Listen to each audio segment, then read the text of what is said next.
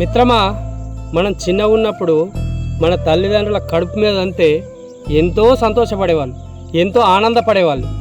ఇప్పుడు బుక్కెడు అన్నం కోసము వాళ్ళ గుండెల మీద ఎందుకు తంతున్నావు మిత్రమా? చూసుకో మరి. ఎందుకంటే తల్లిదండ్రులు లేని బాధ ఎలా ఉంటుందో నాకు తెలుసు మిత్రమా, నాకు తెలుసు.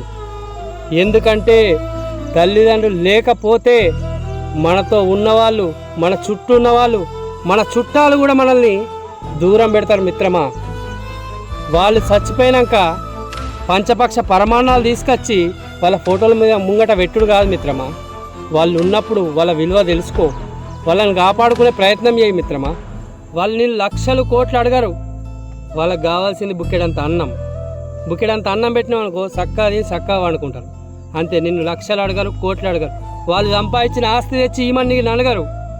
కానీ మిత్రమా, ఒకటి గుర్తుపెట్టుకో, నీ తల్లిదండ్రులకు ఏదైతే నువ్వు ఇస్తున్నావో అదే నీకు మళ్ళీ తిరిగి వస్తుంది.